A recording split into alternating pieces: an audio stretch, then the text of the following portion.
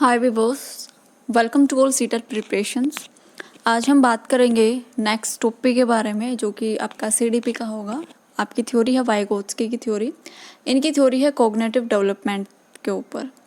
तो इनका क्या रोल है अपनी थ्योरी में, क्या इन्होंने बताया है, वो सब डिस्कस करेंगे। सीटेट की बात आती है तो वाइगोत्स्की का नाम ज़रूर आता है। वाइगोत्स्की के क्वेश्चंस आपको ज़रूर देखने को मिलेंगे सीटेट के एग्ज़ाम में। 2 या 3 क्वेश्चंस हमेशा आते हैं इनकी थ्योरी से। बहुत इंपॉर्टेंट थ्योरी है, ध्यान से समझिएगा इसको। और लास्ट में हम इसके अलग से क्वेश्चंस भी करेंगे कि सीटेट में किस तरह के क्वेश्चंस इनके पूछे गए हैं, ताकि ये थ्योरी करने के बाद आप जो एग्ज़ाम में क्वेश्चंस आते हैं, किस तरह के क्वेश्चंस आते हैं, उसको अच्छी तरह से कर सको। ठीक है, जब प्रैक्टिस करेंगे तो आप उसके आंसर अच्छे से दे सको। कोई भी क्वेश्चंस आपका गलत ना हो, इसलिए ये थ्योरी आपको ध्यान से पढ़नी है। ठीक है, बहुत ही आसान थ्योरी, बहुत ईजी थ्योरी है, इसलिए इस थ्योरी से कोई भी क्वेश्चंस आपका गलत नहीं होना चाहिए। कुछ थ्योरी ऐसी हैं जैसे पियाजे की है, वाइगोत्स्की की है, बंडूरा की थ्योरी है, तो यहाँ से कभी भी मार्क्स आपके नहीं कटने चाहिए, हमेशा इंक्रीज़ करते हैं मार्क्स को। इस तरह की थ्योरीज हैं और इसी तरह के क्वेश्चंस आपके आते हैं। ठीक है, तो चलिए स्टार्ट करते हैं। वाइगोत्स्की की थ्योरी, ये इंट्रोडक्शन है। अगर आप यहाँ से तैयारी करना चाहते हो, इन नोट्स से तैयारी करना चाहते हो तो आप कर सकते हो, बेस्ट आपके लिए। ठीक है, तो इंट्रोडक्शन में वाइगोत्स्की के बारे में बताया गया है कि लेव वाइगोत्स्की सोवियत संघ के प्रसिद्ध मनोवैज्ञानिक थे, जिन्होंने बच्चों के सामाजिक विकास पर अपने विचार प्रस्तुत किए हैं। इन्होंने बताया है कि बच्चों का सामाजिक विकास और व्यक्तित्व उसके वातावरण के बीच पारस्परिक अंतःक्रिया के परिणाम से होता है। इनका मानना है कि बच्चे का जो डेवलपमेंट होता है वो कहाँ पर होता है, वो सोसाइटी में होता है, सबके आसपास होता है, फैमिली में होता है, और जो उनके आस पड़ोस के व्यक्ति होते हैं, जो माहौल क्रिएट होता है, जो वातावरण होता है, उनसे बच्चे सब बहुत कुछ सीखते हैं। ठीक है, सामाजिक अंतःक्रिया पर इन्होंने बहुत ज़्यादा जोर दिया है। बच्चे के हर विकास में उसके समाज का विशेष योगदान होता है। बच्चे जिस परिवेश में रह रहे हैं, अगर उस परिवेश में शारीरिक सुविधाएं विद्यमान हैं, उसके सामाजिक विकास पर अच्छा प्रभाव पड़ेगा। अगर परिवेश अच्छा नहीं है, बुरा प्रभाव पड़ेगा। ठीक है, इनके अनुसार संज्ञानात्मक विकास पर सामाजिक कारकों, परिवेश, समाज, विद्यालय, मित्र, परिवेश व भाषा का विशेष प्रभाव पड़ता है। इसलिए इनके सिद्धांत को सामाजिक सांस्कृतिक सिद्धांत के नाम से भी जाना जाता है।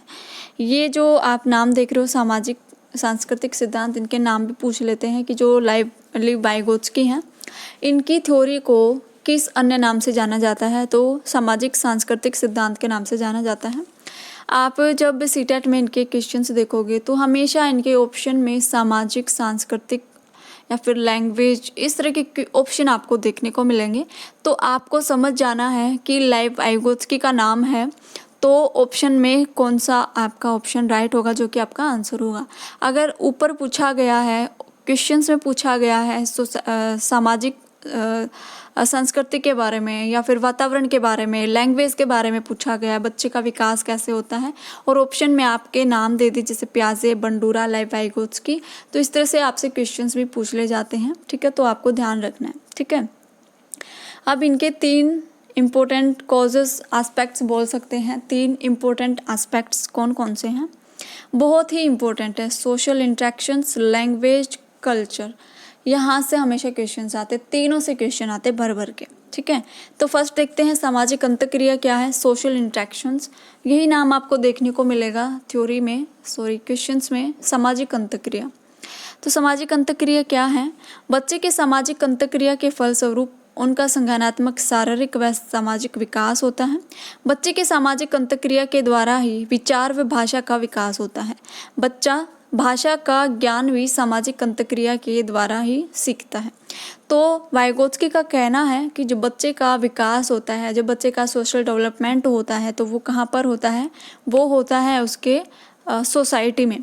जब बच्चा सोसाइटी में जाता है, लोगों से घुलता मिलता है, तो सबसे ज़्यादा बच्चे का विकास होता है। बच्चे की लैंग्वेज डेवलप वहीं पर होती है, क्योंकि अपने विचार दूसरों के सामने प्रस्तुत करता है और दूसरे के बातों को, उनकी लैंग्वेज को समझता है और अपनी लैंग्वेज को भी डेवलप करता है। ठीक है, तो अब सामाजिक अंतःक्रिया का बहुत ज़्यादा रोल है बच्चे के विकास में। ठीक है, उसके बाद बात करेंगे नेक्स्ट कल्चर के बारे में। संस्कृति क्या है?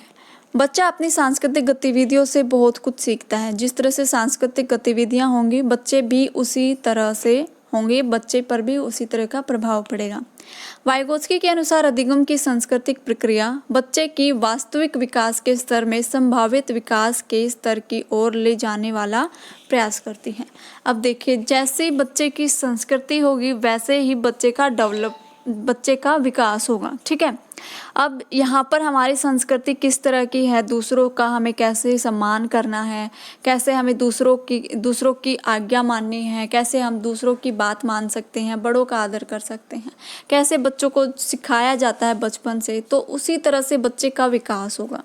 ठीक है, तो संस्कृति जो हमारा कल्चर है बच्चों को सिखाने का, या फिर जो बच्चों की जो कल्चर एक्टिविटीज़ हैं वो किस तरह की हैं, तो बच्चे बहुत कुछ सीखते हैं अपनी संस्कृति से, अपने कल्चर से। ठीक है, उसके बाद इन्होंने बात की है भाषा पर, लैंग्वेज पर। वाइगोत्स्की के अनुसार बच्चे के भाषा का विकास अंतःक्रिया के द्वारा ही होता है। उनके अनुसार भाषा विकास का आधार अंतःक्रिया है। भाषा के गुणों को एक संस्कृति से दूसरी संस्कृति तक सामाजिक अंतःक्रिया स्थानांतरित करती है। तो इनका कहना है कि जो भाषा का विकास होता है, जो बच्चे का विकास होता है, तो उसका आधार क्या है, अंतःक्रिया है। कैसे हम दूसरों के सामने अपनी बातों को प्रेजेंट करते हैं और कैसे हम दूसरों की बातों को समझते हैं। तो लैंग्वेज एक बहुत ज़्यादा अहम रोल प्ले करता है बच्चे के विकास में, और वो कहाँ पर होगा, सोसाइटी में होगा, सामाजिक अंतःक्रिया से होगा, हमारी फैमिली से होगा, या फिर हमारे आस पड़ोस में जितने भी व्यक्ति हैं उनसे हम बात करेंगे, बच्चे बात करेंगे, तो बच्चों का सबसे ज़्यादा विकास होगा। ठीक है, उसके बाद इनके कुछ इम्पोर्टेंट पॉइंट्स हैं जिन पर बात की है और जहाँ से क्वेश्चंस आपके आते हैं। एक तो है ZPD, सेकंड है MKO, थर्ड है स्कैफोल्डिंग। तीनों से क्वेश्चंस आते हैं, तीनों से एक साथ भी क्वेश्चंस आ सकते हैं या फिर थोड़ा थोड़ा गैप देकर क्वेश्चंस आ सकते हैं, नहीं तो CTET में आपको यहाँ से भर भर कर क्वेश्चंस देखने को मिल सकते हैं।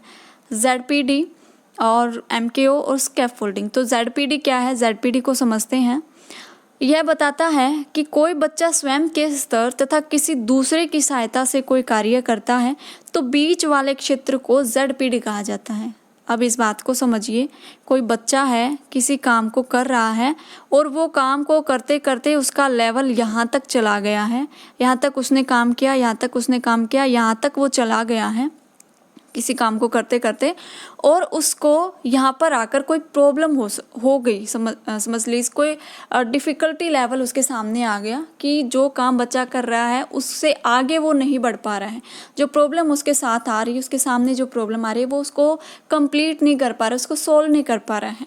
तो हमने उसको थोड़ी सी हेल्प दे दी ताकि वो अपने काम को आसानी से कर सके। ठीक है, तो हमने हेल्प दे दी उसको और बच्चे ने हेल्प के साथ साथ इंक्रीज़ कर लिया यहाँ तक। ठीक है, बच्चे का जो लेवल है वो यहाँ तक है, हमने हेल्प देकर बच्चे का जो लेवल है वो यहाँ तक चला गया, और ये जो बीच का जो क्षेत्र है इसको कहा जाता है ZPD। ठीक है, याद रहेगा आपको ZPD क्या है, कि जो बच्चे का लेवल है, बच्चे ने अपने लेवल तक खुद काम किया है बिना किसी सहायता के, और एक लेवल ऐसा आ जाता है बच्चा उस प्रॉब्लम को सोल्व नहीं कर सकता और हमने उसको थोड़ी सी हेल्प दे दी। जो बच्चे का लेवल था, एंड पॉइंट था, किसी प्रॉब्लम तक जाकर बच्चा अटक गया था, उस लेवल से लेकर और जो हमने हेल्प दी है बच्चे को और जो ग्रो बच्चे ने किया है उसके बीच का जो गैप होता है उसको हम कहते हैं ZPD। ठीक है,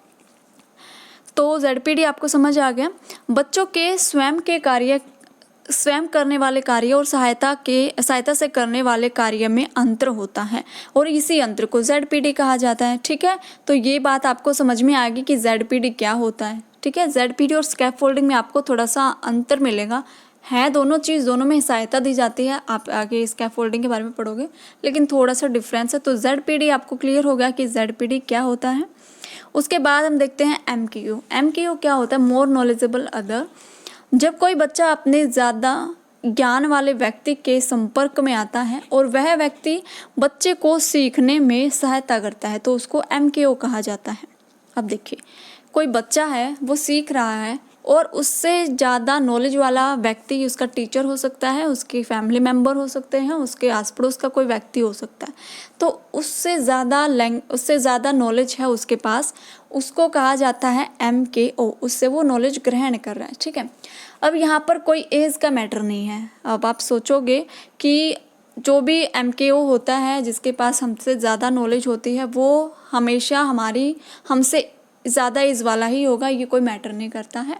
हम किसी स्कूल में जा रहे हैं या फिर हम कहीं भी अगर कोई नॉलेज ले रहे हैं, अगर हमसे कम एज वाला बंदा है और उसकी जो एज है वो हमसे कम है, ठीक है, तो वो भी MKO ही होगा, वो भी नॉलेजेबल अदर ही होगा, क्योंकि हम उनसे नॉलेज ले रहे हैं। भले ही वो हमसे एज में छोटा हो, भले ही वो हमसे एज में बड़ा हो, कोई मैटर नहीं करता, बस हमसे ज़्यादा नॉलेज है उसके पास, ये मैटर करता है। ठीक है, तो MKO समझ में आ गया आपको। उसके बाद बात करते हैं स्कैफोल्डिंग। जब बच्चा किसी कार्य को करता है, उस कार्य को करते करते कहीं पर अटक जाता है, कोई प्रॉब्लम उसको आ जाती है, और उसको थोड़ी सहायता प्रदान करके या उसकी थोड़ी सहायता करके उस समस्या से निकलने के लिए उसे स्कैफोल्डिंग कहा जाता है।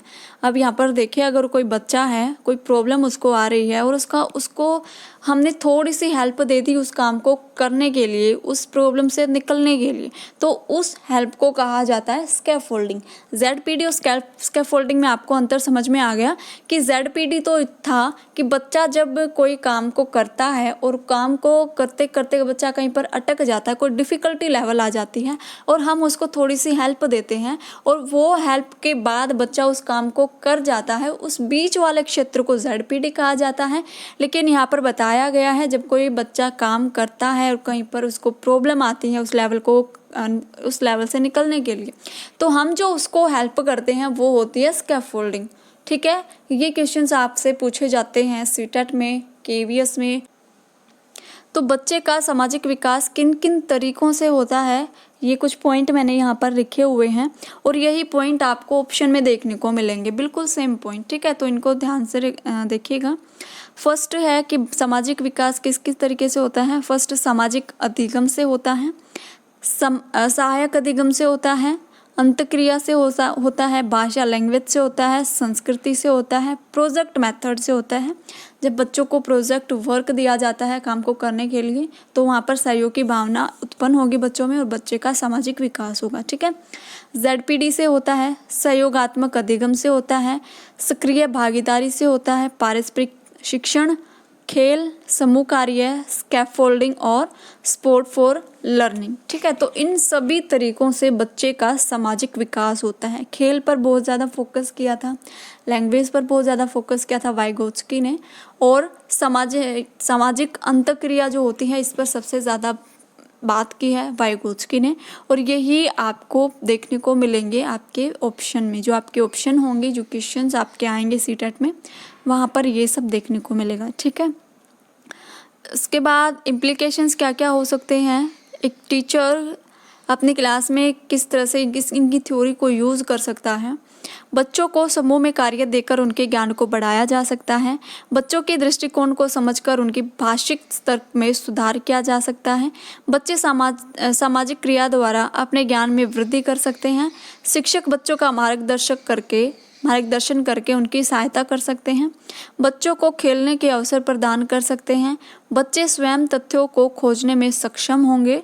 बच्चे समूह में प्रोजेक्ट बनाएंगे जिससे कि सामाजिक अंतःक्रिया ज़्यादा होगी। ठीक है, प्रॉब्लम सॉल्विंग मेथड का यूज़ कर सकते हैं बच्चों के लिए। भाषा विकास में विकास होगा, जो बच्चे की भाषा है, जो लैंग्वेज है, उसका विकास होगा।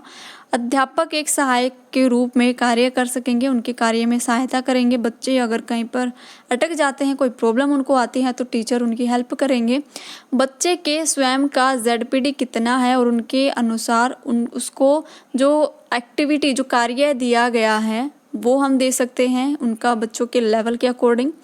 बच्चे समूह में कार्य करते करते एक दूसरे से सीखते हैं और सहयोग की भावना भी इसमें विकसित होती है और लर्नर इसमें हमेशा एक्टिव रहता है, क्योंकि सीखना किसको, लर्नर को सीखना है। जब तक लर्नर एक्टिव नहीं होगा सीखेगा नहीं। ठीक है, तो ये कुछ इम्पोर्टेंट बातें थी वाइगोत्स्की के बारे में जो हमने इस वीडियो में डिस्कस की हैं। सबसे ज़्यादा मेन फोकस इन्होंने लैंग्वेज पर किया है। इनका कहना है बच्चे की लैंग्वेज पहले विकसित होती है और बच्चे का विकास बाद में होता है, ठीक है। और इन्होंने बात की सामाजिक अंतःक्रिया के बारे में, कल्चर के बारे में, ZPD, स्कैफोल्डिंग, MKO। तो बहुत ज़्यादा पॉइंट्स हैं इनके जो इस तरह से ये बात कर रहे हैं कि बच्चे का विकास कैसे होता है, ठीक है। तो नेक्स्ट वीडियो में हम बात करेंगे वाइगोत्स्की के क्वेश्चंस के बारे में कि वाइगोत्स्की की जो थ्योरी है उससे किस तरह के क्वेश्चंस बनते हैं और किस तरह के क्वेश्चंस आए हुए हैं, ताकि जब आप प्रैक्टिस करो तो आपके मार्क्स कटे नहीं, आपकी प्रैक्टिस बेस्ट हो, ठीक है।